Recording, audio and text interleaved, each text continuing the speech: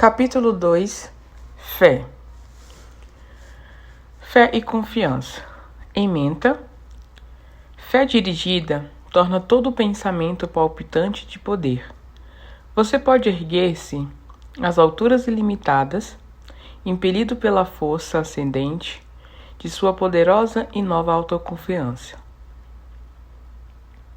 A fé é o químico-chefe da mente.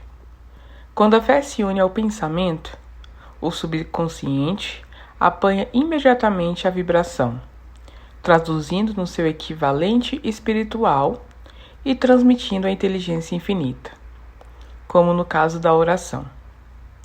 As emoções da fé, do amor, do sexo, são as mais poderosas de todas as principais emoções positivas.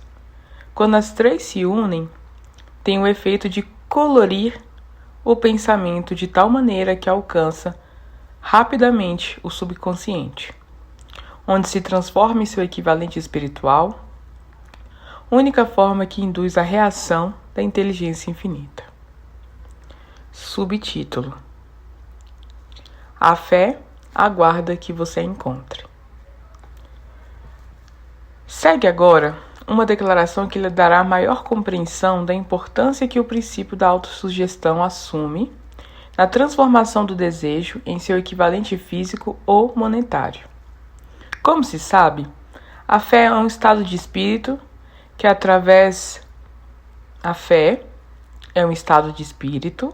que pode ser induzido ou criado por afirmação ou instruções repetidas ao subconsciente, através do princípio da autossugestão. Por exemplo, considere o propósito pelo qual você está lendo esse livro.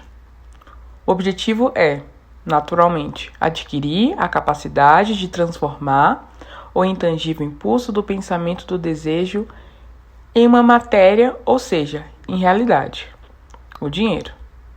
Seguindo as instruções dadas no capítulo da autossugestão e do subconsciente, resumindo-os naquele capítulo, você poderá convencer o subconsciente de que acredita que recebeu o que deseja.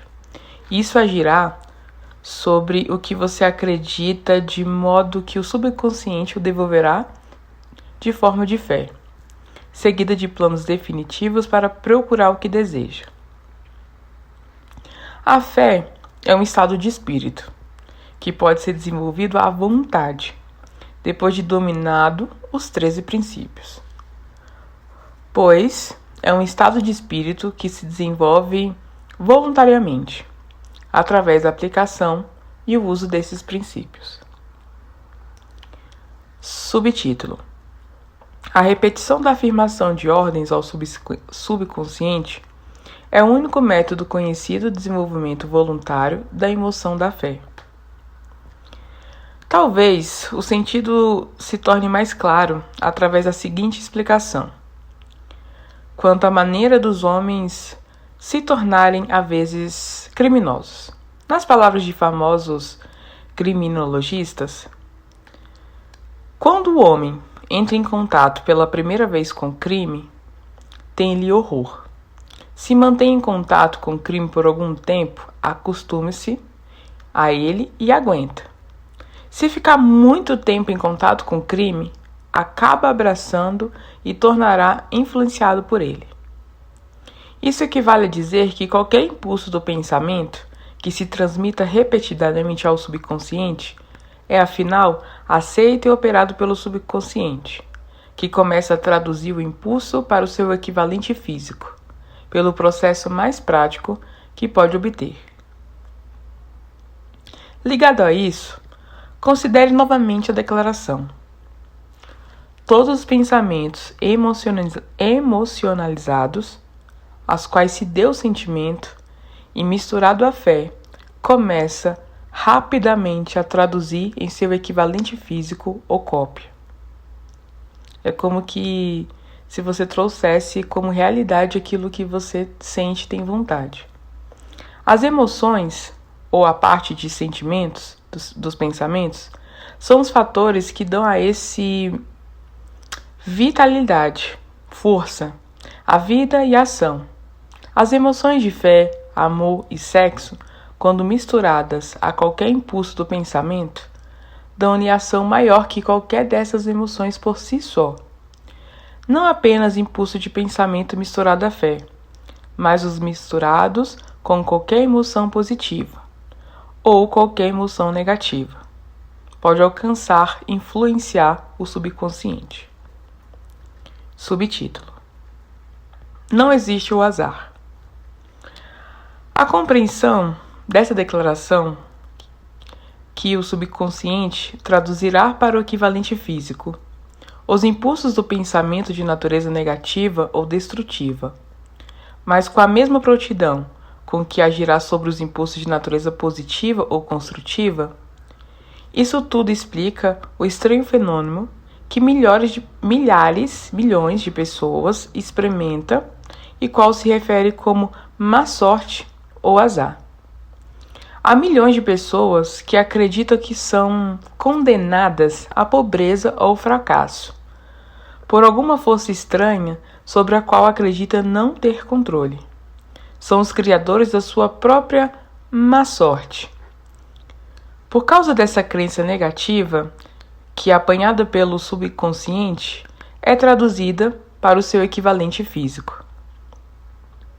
Eis um lugar apropriado para sugerir novamente que você pode beneficiar-se transmitindo ao subconsciente qualquer desejo que quiser ver traduzido em seu equivalente físico ou monetário.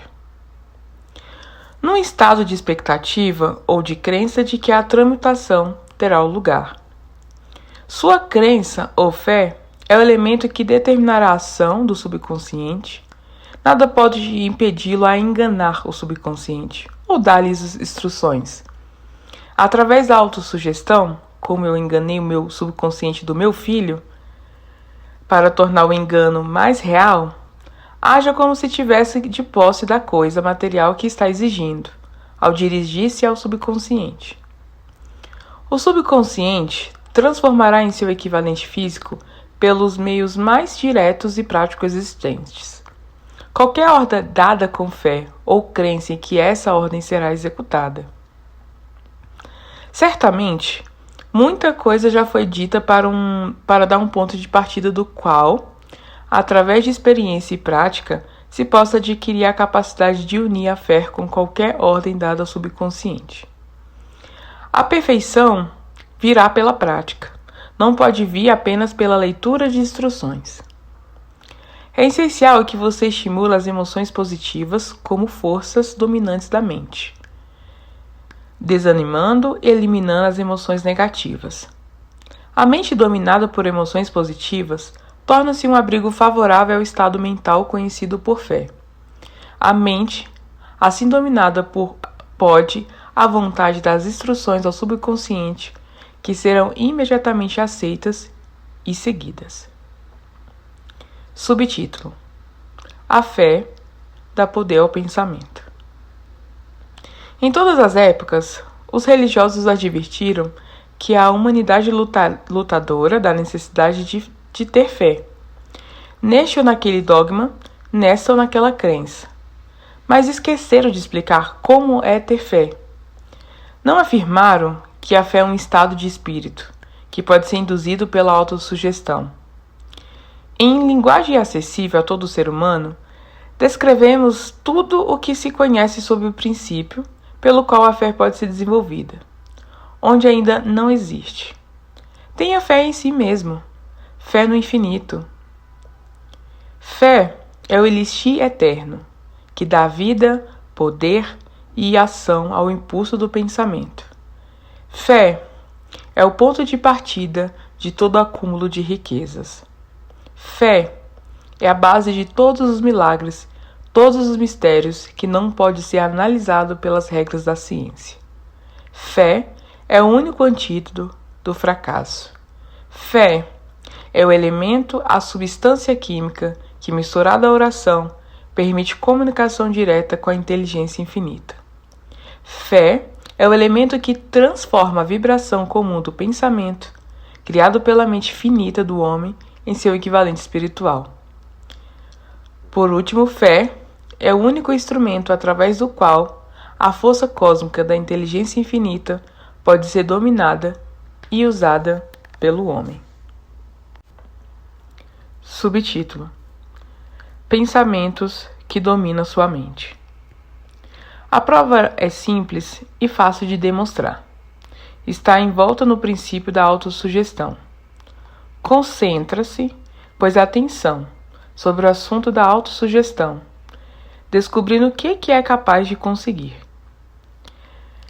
É fato conhecido que se chega a acreditar o que quer que a gente repita a si mesmo, seja a afirmação verdadeira ou falsa. Se o homem repetir sempre a mentira, acaba por aceitá-la como verdade. Além disso, acreditará também de tratar de ser verdade. Todo homem é o que, pelos pensamentos dominantes, que permite a sua mente abrigar. Pensamentos que coloca deliberadamente na mente, que estimula com simpatia e com os quais mistura uma ou mais emoções, constitui as forças motivadoras, que dirige e controla cada movimento, cada ato e cada efeito seu. Subtítulo: Pensamentos misturados a qualquer dos sentimentos emotivos constitui força magnética que atrai outros pensamentos similares ou com quem ele é relacionados. O pensamento assim, magnetizado, de emoção, pode ser comparado à semente que, plantada em solo fértil, germina, cresce, se multiplica muitas e muitas vezes, até que a semente original se torna incontáveis milhões de sementes da mesma espécie. A mente humana está atraindo constantemente vibrações que se harmonizam com o que domina a mente. Qualquer pensamento, ideia, plano ou propósito que se retém na mente atrai uma multidão de parentes. Acrescenta-se os parentes a sua própria força e cresce até tornar-se o senhor dominante, motivador do indivíduo em cuja mente se abrigou. Voltamos agora ao ponto de partida e informemo-nos de como a semente original da ideia, do plano ou do propósito pode ser plantada na mente. A informação é facilmente transmitida.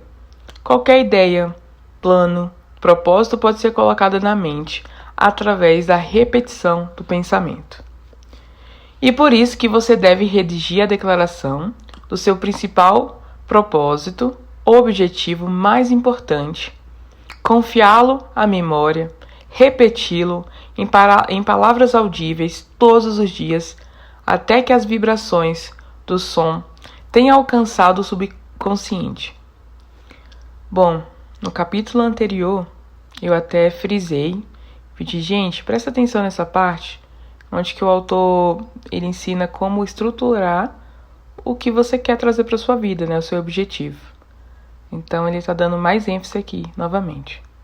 Continuamos. Resolva destruir as influências de qualquer ambiente infeliz e construir sua vida bem ordenada, fazendo um inventário das qualidades e deficiências mentais. Você poderá descobrir que a sua maior fraqueza é a falta de confiança. Essa desvantagem pode ser superada, a timidez transformada em coragem, através do auxílio do princípio da autossugestão. A aplicação desse princípio pode ser feita por um simples arranjo dos impulsos positivos de pensamento, estabelecido pela escrita, pela memorização, repetindo até se tornarem parte do equipamento de trabalho da faculdade do subconsciente da sua mente. Subtítulo: 5 passos para a autoconfiança. Número 1. Sei que tenho a capacidade de atingir o objetivo do meu propósito definido na vida. Portanto, exijo de mim mesmo uma ação persistente e contínua para sua realização. Aqui e agora prometo empreender tal ação. Número 2. Compreendo que os pensamentos dominantes de minha mente reproduz futuramente uma ação externa, física, transformando-se em realidade física. Portanto, concentrarei os meus pensamentos por 30 minutos diário na tarefa de pensar que eu sou a pessoa que pretendo me tornar, criando desse modo uma linguagem clara em minha mente. Número 3. Bom, sei, pelo princípio da autossugestão, que qualquer desejo que eu mantenha com persistência na minha mente procurará no futuro expressar-se através de meios práticos de atingir o objetivo existente por atrás desse desejo. Portanto, devotarei 10 minutos diários para exigir de mim mesmo o desenvolvimento da autoconfiança. Número 4. Já anotei uma descrição clara do meu principal objetivo definido na vida e jamais pararei de tentar, até desenvolver a autoconfiança suficiente para alcançá-lo. Número 5. Compreendo perfeitamente que nenhuma riqueza ou posição pode durar muito sem ter sido construída sobre a verdade e justiça. Portanto, não me envolverei em transação alguma que não beneficie a todos a quem afetar. Terei o êxito atraindo para mim as forças que desejo usar e a cooperação de outros. Induzirei os outros a servir-me pela minha boa vontade em servi-los. Eliminarei o ódio, a inveja, o egoísmo e o cinismo, cultivando o amor pela humanidade, pois sei que uma atitude negativa para com os outros nunca me trará sucesso. Farei com que os outros acreditem em mim, porque eu acredito neles e em mim mesmo. Assinalarei essa fórmula, recomendarei a memória, repetindo uma vez por dia, em voz alta, com a fé integral de quem influenciará gradualmente meus pensamentos e ação, de modo a tornar-me uma pessoa autoconfiante e bem-sucedida. Bom, o autor aqui nesse trecho, ele deu 5 passos que você precisa fazer se você quer aumentar a sua autoconfiança, e é isso. Continuando a leitura. Por detrás dessa fórmula, existe uma lei natural que até hoje ninguém conseguiu explicar. O nome dessa lei tem pouca importância, pois o que importa a respeito dela é que funciona, para a glória e sucesso da humanidade, se for usada de maneira construtiva. Se, porém, usada de maneira destrutiva, destruirá com a mesma facilidade. Nessa afirmação está uma verdade muito significativa, ou seja, aqueles que fracassam e terminam a vida na pobreza, infelicidade e desespero, fazem por causa da aplicação negativa do princípio da autossugestão. Pode-se encontrar a causa no fato que todos os princípios do pensamento têm a tendência de refugiar-se em seu equivalente físico.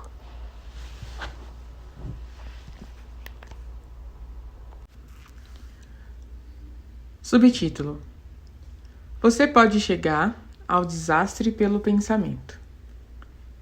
O subconsciente não distingue entre impulsos de pensamento construtivo e destrutivo. Trabalha com material que fornecemos a ele através dos impulsos de pensamento. O subconsciente traduz em realidade o pensamento atormentado de medo com a mesma presteza que usará em traduzir em realidade o pensamento impulsionado pela coragem ou pela fé. Assim como a eletricidade faz girar as rodas da indústria e produz serviços úteis se usado de maneira construtiva, ou estraga a vida se mal usada, assim a lei da autossugestão leva à paz e à prosperidade, ou ao vale da amargura, do fracasso, da morte, de acordo com seu grau de compreensão e de aplicação dela.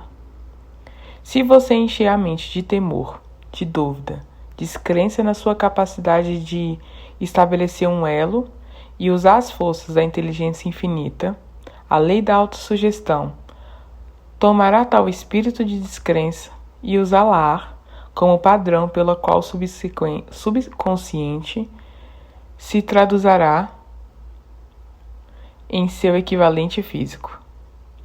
Tal qual o vento que leva um navio para o leste, outro para o oeste, a lei da autossugestão irá erguê-lo ou derrubá-lo, de acordo com a mesma pela qual você arrumar as velas do pensamento. A lei da autossugestão, através da qual qualquer pessoa pode ascender às altitudes de realização, surpreende a imaginação. Está bem descrita nos versos seguintes. Se você pensa que foi derrotado, foi derrotado. Se você pensa que não ousa, não ousa. Se você gosta de ganhar, mas pensa que não pode, é quase certo não poder. Se você pensa que perderá, está perdido. Pois fora do mundo percebemos que o sucesso começa com a vontade de alguém. Tudo está no estado da mente. Se você pensa que foi sobrepuxado, foi sobrepuxado. É preciso que pense em altos termos para se elevar. É preciso que esteja seguro de si antes de poder ganhar um prêmio. As batalhas da vida não são sempre vencidas pelo homem mais forte ou pelo mais veloz, mas, cedo ou tarde, o homem que vence é o homem que pensa que pode vencer. Observe as palavras grifadas e entenderá o significado profundo que o poeta teve em sua mente. Subtítulo: A grande experiência do amor. Em algum lugar do seu ser está adormecido a semente da realização que se desperta e posta em ação. Pode levá-lo às alturas que você jamais esperou atingir. Assim como o mestre da música pode fazer com que as mais lindas melodias jorrem das cordas de um violino, assim você pode despertar o gênio adormecido em seu cérebro e fazer com que ele o conduza para o alto, para qualquer objetivo que possa desejar alcançar. Abraham Lincoln fracassou em tudo que tentava. Até passada a idade de 40 anos, era um senhor João Ninguém, de não importa o que. Até uma grande experiência que lhe chegou à vida, despertou o gênio adormecido em seu coração e cérebro, e deu ao mundo um dos homens realmente grandes. Essa experiência se misturou às emoções de tristeza e do amor. Veio através de Hannah G., a única mulher que amou de verdade. É fato conhecido que a emoção do amor está muito próxima ao estado de espírito conhecido como fé, pela razão de que o amor chega quase a traduzir os impulsos de pensamento em seu equivalente espiritual. Durante seu trabalho de pesquisa, o autor descobriu, da análise do trabalho e das realizações de centenas de homens de destacado valor, que houve influência do amor de uma mulher por trás de quase todos eles. Se quiser a prova do poder da fé, estude as realizações de homens e mulheres que o empregaram. Encabeçando-se a lista está Jesus de Nazaré. A base do cristianismo é a fé. Embora muitos tenham pervertido ou interpretado erradamente o significado dessa grande força, a súmula e a substância do ensinamento e a realização de Cristo, que podem ser interpretados como milagres, foi nada mais, nada menos que a fé.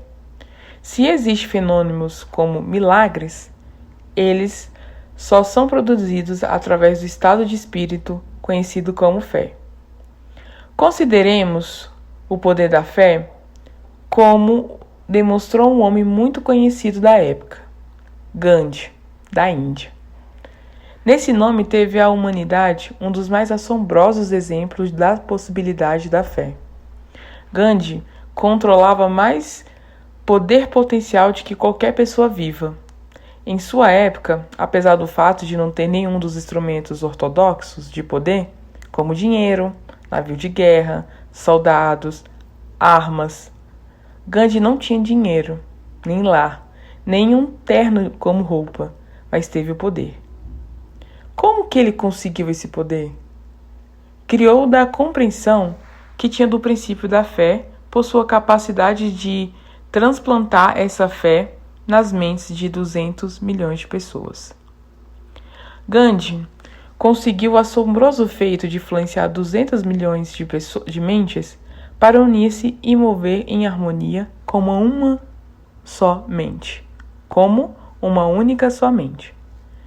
Que outra força na Terra, exceto a fé, poderia conseguir tanto? Subtítulo: Você dá antes de ganhar. Por causa da necessidade de fé e cooperação ao operar negócios e indústrias, será tanto interessante como útil analisar um acontecimento que fornece uma compreensão excelente do método pelo qual industriais e homens de negócios acumularam grandes fortunas, dando antes de tentar ganhar. O acontecimento escolhido para essa ilustração volta para o ano de 1900, quando se formava a Corporação Americana de Aço. Ao ler a história, guarde esses fatos fundamentais e entenderá como se converteram ideias em vastas fortunas. Se você é um dos que muitas vezes se perguntaram como foram acumuladas grandes fortunas, a história da criação da Corporação Americana de Aço será esclarecedora. Se tiver alguma dúvida de que os homens podem pensar em enriquecer, essa história servirá para dissipar a dúvida, pois você poderá ver claramente na história da Organização Americana de Aço a aplicação da maior parte dos princípios descritos neste livro. A surpreendente descrição do poder de uma ideia foi dramaticamente contada por John Lowell no Telegrama Mundial de Nova York, por cuja cortesia aqui vai ser produzida. Subtítulo: Um belo discurso após o jantar por bilhões de dólares. Quando na noite de 12 de dezembro de 1900, uns 80 membros da nobreza financeira da nação se reuniram no salão de banquetes do clube universitário para prestar homenagem a um jovem vindo do oeste, e na metade dos convidados imaginariam que seriam testemunhas de um dos episódios mais significativos da história da indústria americana.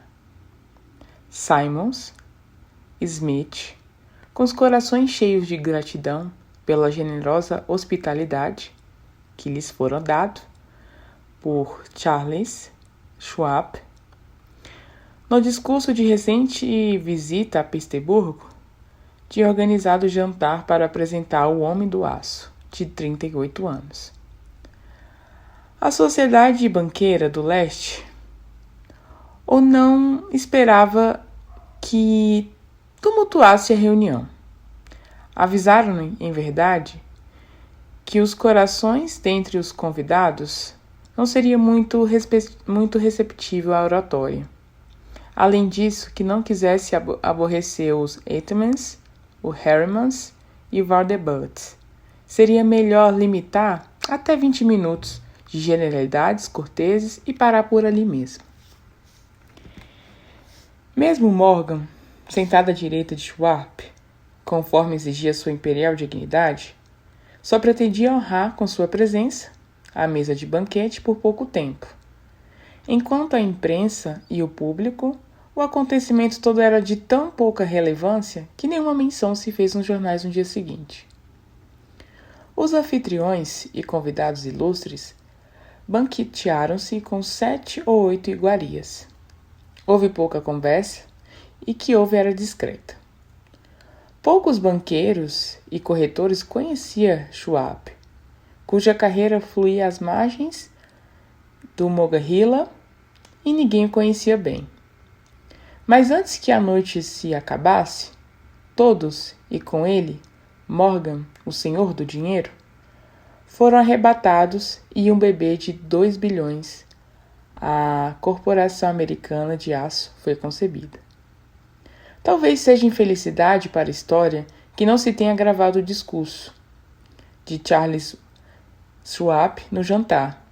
É provável, contudo, que se tratasse de um discurso rústico, meio sem gramática, pois as belezas da língua nunca preocuparam Schwab, cheio de versos intercalados de espírito. Mas, a partir disso, teve força e efeitos galvânicos sobre o capital avaliado em 5 bilhões, representado pelos convidados. Depois que terminou a reunião, ainda estava sob seu fascínio, embora Schwab tivesse falado durante 90 minutos. Morgan levou o orador a uma janela retirada, onde ficaram conversando por mais 1 hora. A magia do personagem de Schwab fora solta a todo vapor, mas o que era mais importante e duradouro foi o programa imponente e bem definido que falava sobre o engrandecimento do aço. Muitos outros tinham tentado interessar Morgan em formar um trust de aço. Trust é como se fosse a união de vários componentes de mesma categoria, ou seja, vários empresários de aço juntam um só. Nos padrões dos trusts de biscoito, arame, açúcar, borracha, uísque, óleo ou goma de mascar. Gates, o jogador, recomendara, mas Morgan não confiava nele. Moron, Bill e Jean, corretores de Chicago, que juntaram um trust de fósforo a uma cooperação de bolachas, recomendaram e fracassaram. Gary, advogado rural bonachão, quis fomentá-lo, mas não era bastante grande para impressionar. Enquanto a persuasão de Schwartz não elevou Morgan aos pícaros donde pode visualizar os resultados sólidos da empresa financeira mais corajosa jamais concebida, o projeto foi encarado como um sonho delirante de doidos por dinheiro fácil. O magnetismo financeiro que começou, há uma geração, a atrair milhares de companhias pequenas e às vezes mal dirigidas para combinações grandes e capazes de esmagar a concorrência. Tomou-se operacional no mundo do aço.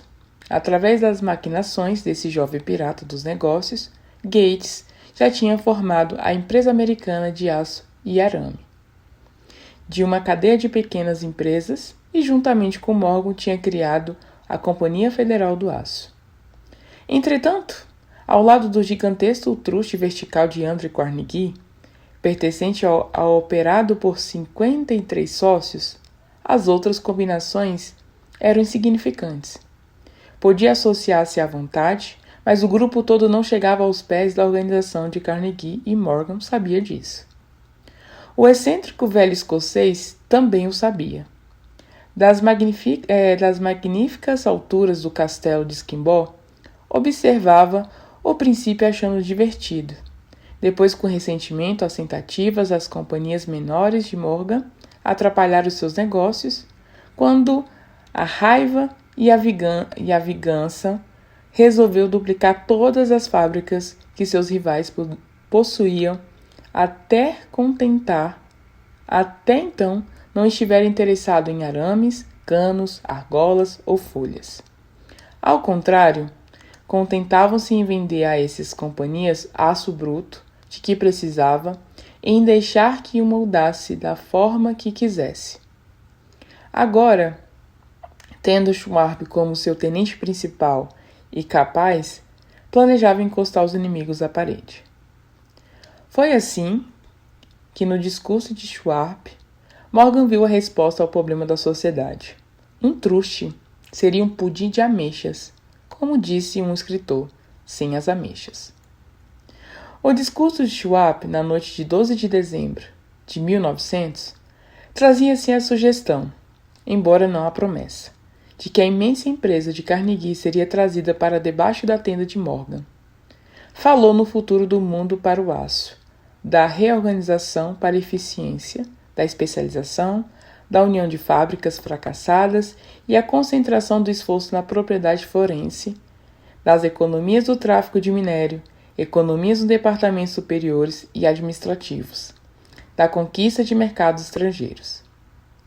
Mais ainda, disse aos piratas entre eles, onde se achavam os erros de sua habitual pirataria. O propósito dele, sugeriu ele, criar monopólios, elevar preços e dos privilégios extrair gordos dividendos.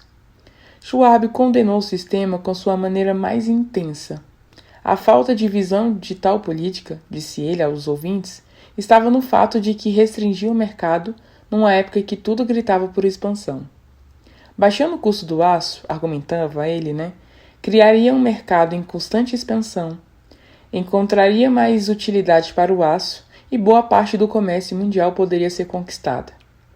Na verdade, embora não soubesse, Schwab era o apóstolo da moderna produção em massa. Assim terminou o jantar, no clube universitário, Morgan foi para sua casa, para pensar sobre as rosas predições de Schwab. Ele voltou a Pittsburgh para dirigir um comércio de aço de Win under Carnegie, enquanto Gary e os outros voltavam para os seus teletipos para divertir-se, antecipando o passo seguinte. Não tardou muito. Morgan levou mais ou menos uma semana para digerir a iguaria de razões de Schwab. Tinha colocado diante dele. Ao assegurar-se de que não causaria nenhuma indigestão financeira, mandou buscar Schwab. E o achou um tanto reservado. Carnegie disse a Schwab: não iria gostar de saber que seu presidente da companhia de confiança flertará com o imperador da Wall Street? A rua sobre a qual Carnegie resolvera nunca se aventurar? Gates sugeriu então, como intermediário, que se acontecesse de Schwab estar no Hotel Bellevue, em Filadélfia, poderia acontecer também que lá está Morgan. Quando Schwab chegou, entretanto, Morgan estava inconvenientemente doente em sua casa em Nova York. Diante do convite premente de Morgan, Schwab foi para Nova York, apresentando-se à porta da biblioteca financista. Certos historiadores de economia ensinaram a crença de que, do começo ao fim do drama, o palco fora arranjado por Andrew Carnegie. O jantar para Schwab e o Rei do Dinheiro teria sido planejados pelo inteligente escocês. A verdade é, porém, o oposto. Quando Schwab foi chamado para consumar o negócio, não sabia sequer se o pequeno patrão, como chamava Andrew, iria ao menos ouvir a oferta de vender, especialmente a um grupo de homens aos quais Andrew encarava com pouco dotado de santidade. Mas Schwab levou consigo, para a conferência, escritos de próprio punho, 6 páginas de números perfeitamente nítidos, que representavam em sua mente o valor físico e a capacidade de ganho de cada uma das companhias que considerava como estrela essencial no novo firmamento do metal. 4 homens ponderaram os números a toda a noite. O principal, é claro, era Morgan. Firme em sua crença do direito divino do dinheiro, como ele estava seu aristocrático sócio, Robert Bacon, homem culto, cavalheiro. O terceiro era John Gates, que Morgan desprezava como sendo jogador e apenas usava como instrumento. O quarto era Schwab, que conhecia mais sobre o processo de fabricar e vender aço, que qualquer grupo de homens vivos na época. Nessa conferência não se discutiram os seus números. Se dissesse que tal companhia valia quanto, então era este seu valor, e não mais. Insistia também em incluir na sociedade apenas empresas que designavam. Conceberam uma cooperação em que não haveria duplicação, nem mesmo para satisfazer a ambição de amigos que queria descarregar suas companhias nos ombros largos de Morgan. Quando amanheceu, Morgan levantou-se, endireitou-se às costas e fez uma pergunta. Acha que poderá persuadir Andrew Carnegie a vender? Indagou. Posso tentar, respondeu Schwab. Se conseguir que ele venda, irei encarregá-lo da questão, concluiu Morgan. Até ali tudo bem, mas será que Carnegie iria vender? Quanto iria pedir? Schwab pensou, 320 milhões de dólares? Como exigiria o pagamento? Em forma de ações comuns ou preferenciais? De bônus? Em dinheiro? Ninguém poderia levantar sequer um terço de $1 bilhão em dinheiro. Houve uma partida de golfe em janeiro, nos campos gelados de Andrews Oasis, com Andrew todo enrolado em suéteres. Charlie conversando animadamente, como de costume, para estimular, mas não se pronunciou uma palavra sobre negócios enquanto os dois não se sentavam no calor agradável da casa de Carnegie. Próximo dali, então, com a mesma persuasão que havia hipnotizado milionários no clube do universitário, Schwab despejou as brilhantes promessas de aposentadoria com todo o conforto de milhões inenarráveis para satisfazer os caprichos sociais do ancião. Carnegie capitulou, escreveu um número num pedaço de papel, estendeu a chapa e disse: "Está bem, venderemos por essa quantia." O número era aproximadamente $400 milhões, composto dos 320 milhões de dólares mencionados por Schwab como número básico e somando-se $80 milhões que representava o valor do capital aumentado nos anos anteriores. Mais tarde, no convés do transatlântico, o escocês disse, tristemente, a Morgan: quisera eu ter pedido $100 milhões a mais. Se os tivesse pedido, teria recebido, assegurou Morgan alegremente. Houve alvoroço, é claro. Um correspondente britânico telefonou que o mundo de aço estrangeiro estava chocado pela gigantesca sociedade. O presidente Hadley, de Vale, declarou que, a não ser que os trutes fossem regulamentados, o país poderia esperar um imperador em Washington nos próximos 25 anos. Mas Kinney, o hábil manipulador de ações, começou a trabalhar, empurrando as novas ações para o público, com tal vigor que todo o excesso, calculando por algumas quase $600 milhões, foi absorvido no relance. Assim, Carnegie teve os seus milhões e a corporação de Morgan teve $62 milhões por seu trabalho e rapazes, de Gates e Gary, tiveram seus milhões. Schwab, de 38 anos, teve a sua recompensa. Foi feito presidente da nova companhia, ficando no poder até 1930. Quase 30 anos.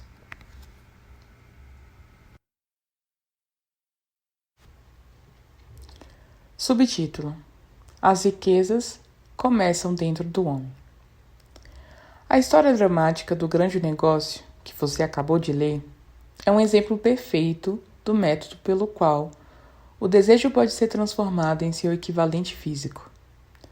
Essa organização gigantesca foi criada na mente de um só homem. O plano pelo qual as fábricas de aço davam estabilidade financeira à organização foi criado na mente do mesmo homem. Sua fé, seu desejo, sua imaginação e sua persistência foram os verdadeiros ingredientes que entraram na Organização Americana do Aço.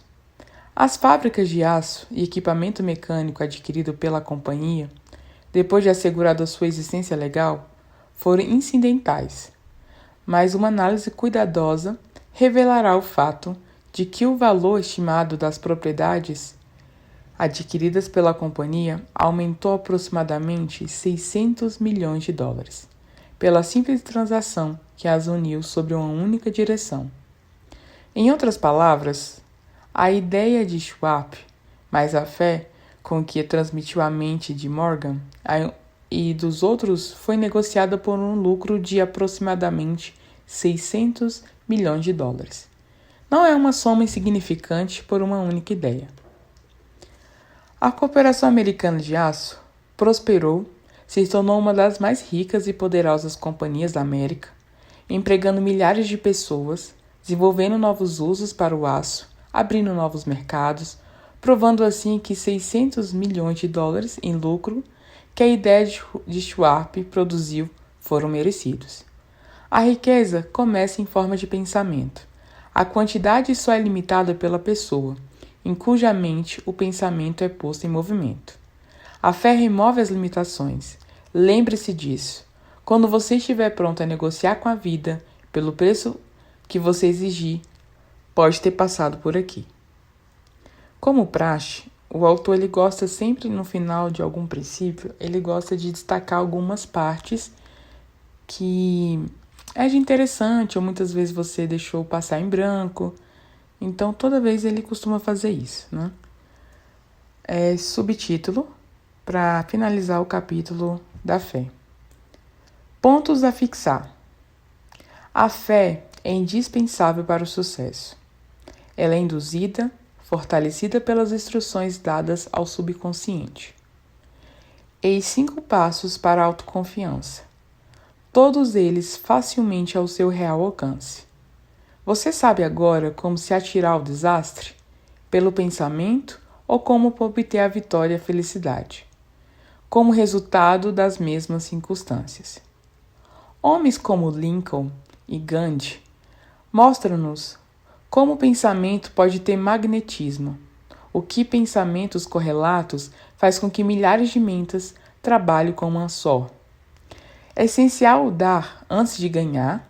Homens ricos tiveram que aprendê-lo antes um negócio legal se transformar em um negócio que trabalha com e para o público, sem deixar de ser lucrativo. Tanto a pobreza como a riqueza são produtos da fé.